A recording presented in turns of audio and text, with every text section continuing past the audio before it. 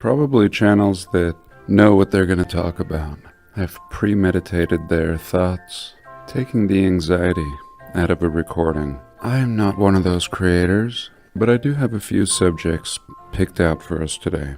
And most importantly, the subject will deal with the mud flood. Very grassroots in this community. One of the starting points for this rabbit hole. I hope you're all doing well. Thanks for joining me, and welcome.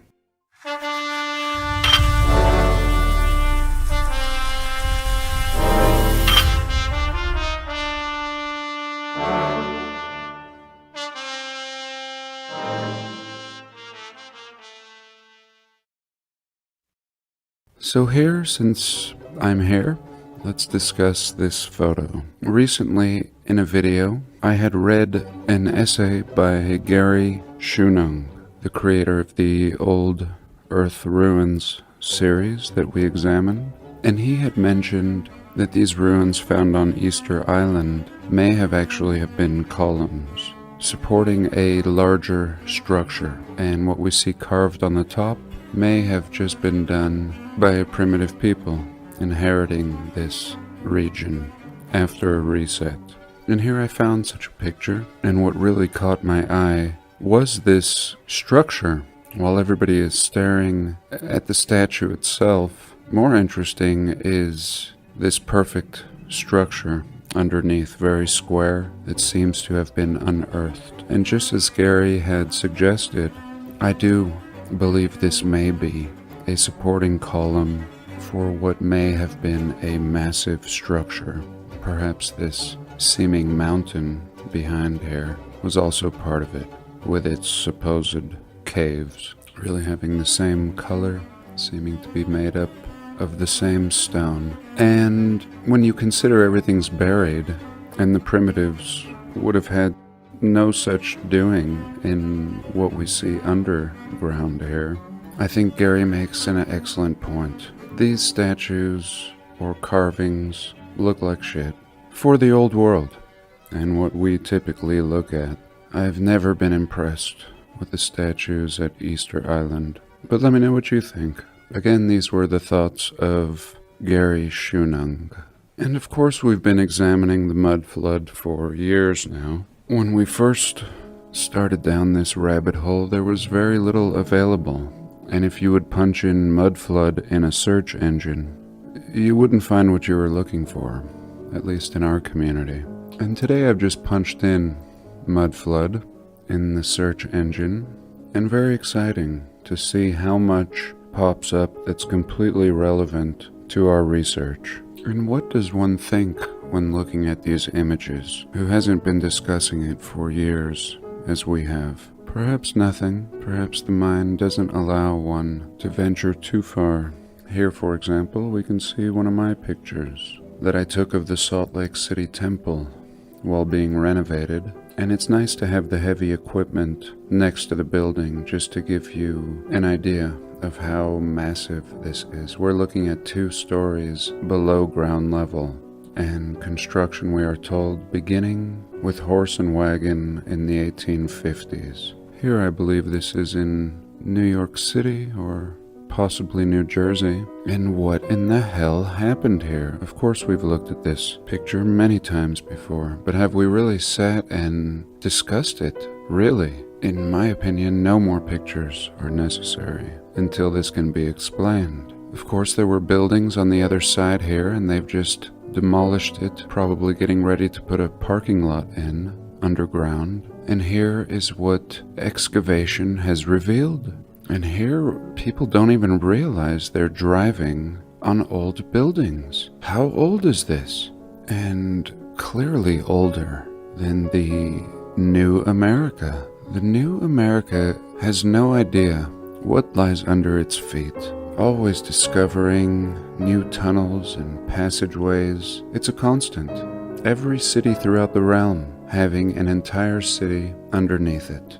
And it simply makes no sense. No good reason could be given. Again, these people in their apartments living on top of ancient buildings, bricked up windows, rotting metal, And this is the foundation. Many homes having crawl spaces, but oftentimes flooded with earth. And what explanation is given? None. Not here in America, not in Paris, not in Russia. Here we can see the Polytechnic Museum, brick with a weathered facade like it's been through hell, and much of the building underground.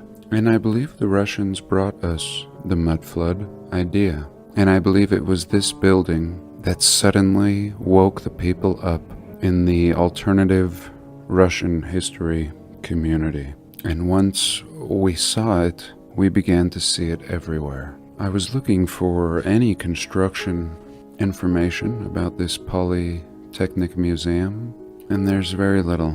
The origins of the museum go back to 1872, when they had an exhibition. Very similar story to the explanation for many of these wondrous buildings. An exhibition, a World's Fair, and even recently, in a past video, we examined a Russian communist fair that never really happened, but was completely built out. And this, in fact, was part of that. Here we can see the Polytechnic Museum, and Philip Druzinin made many videos on this subject, walking around the perimeter.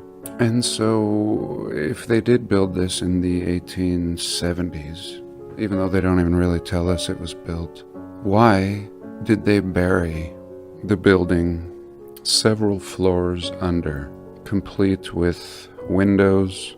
I mean, that's it. They build this, we're told, in the 1870s, and they build it like this?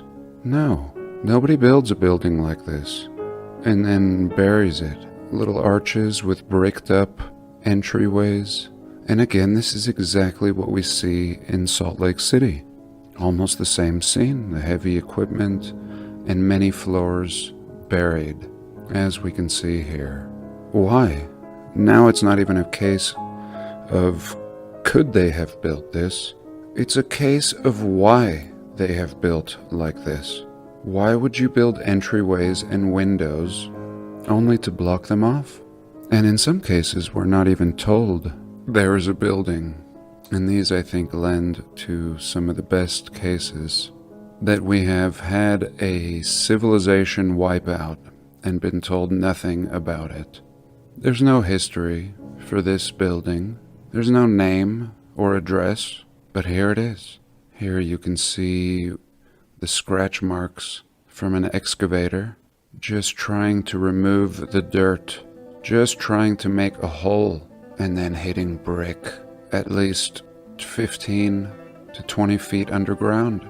And this is our reality. You can throw away every history book out there. This is bigger than an elephant in a room, and this is the mud flood. The mud flood is one of those generic terms we use, as with so many in this community. Such a new topic, we don't even have terms. And when we do have terms, they may not be the best, but we have an understanding again.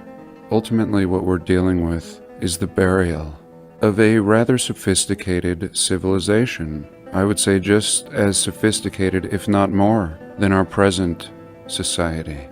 Again, looking for construction of this Polytechnic Museum, we come back to its founding in 1872. And this is not a lie. This is more like it. Rather than telling us it was built partially underground, we're told it was found in 1872. After the first all-Russian technical exhibition, in 1871, the Moscow Council set aside 500,000 rubles to create a museum. And here it is. Unbelievable. Again, to be told the building was constructed with windows below ground level is a slap in the face.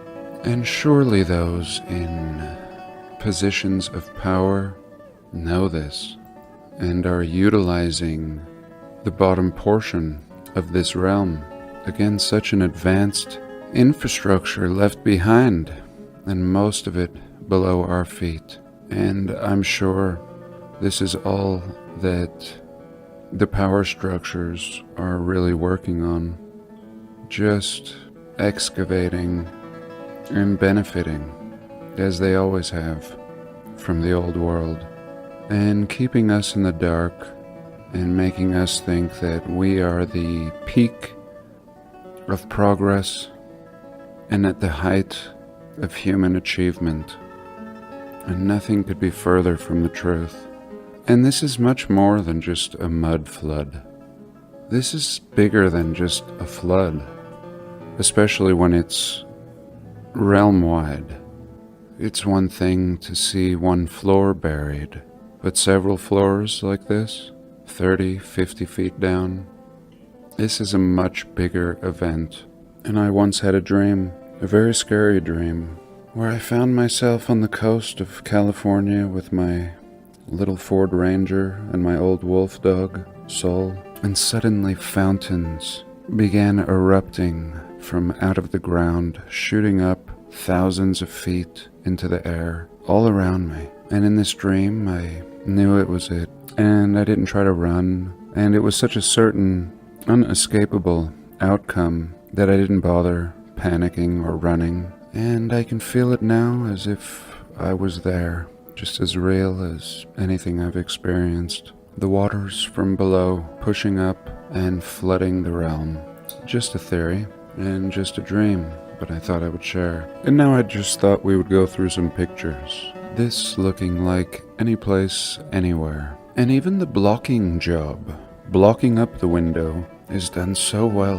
How long has it been since these windows were installed? How long has it been since this whole building was exposed? Same with these columns and the Sphinx. Now we're often told that these are some of the oldest ruins, but when we realize everything is buried just equally all throughout our world, then it makes us reevaluate the dates and how old could everything really be. And to present day, this is still the case. People doing renovations only to discover that the building goes down. Here we're looking at least 4 stories, and look at the job just to remove the dirt in this time period. It is clear that people with these means were not the builders of such buildings. Struggling to renovate.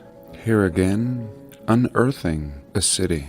In many cases, they wouldn't unearth the cities. They would just leave them buried with half windows. In other examples, they would just build viaducts, or essentially roads, running over the old roads. And they try to tell us this is the beginning, everything looking like an absolute mess. And clearly this is older than our beginning.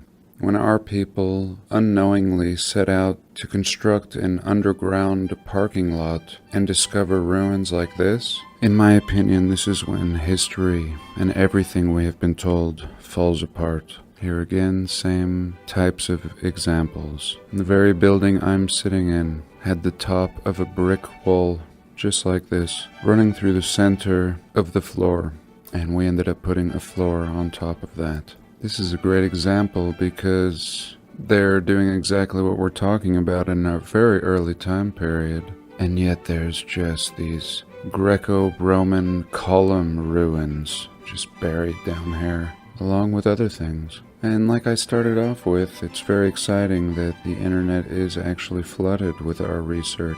The layman not probably realizing how to even begin to find it.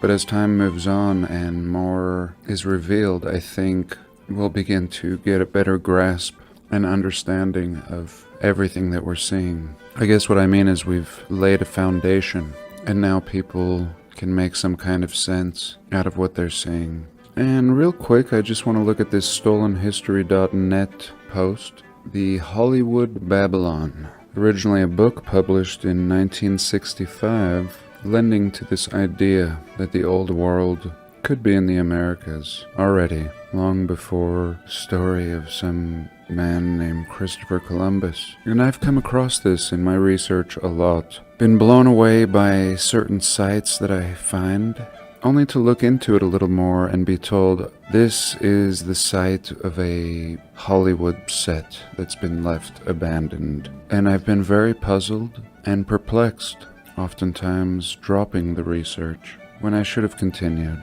I think just as we have come to find that everything is repurposed from an old civilization, Hollywood is repurposing old ruins and claiming them as movie sets.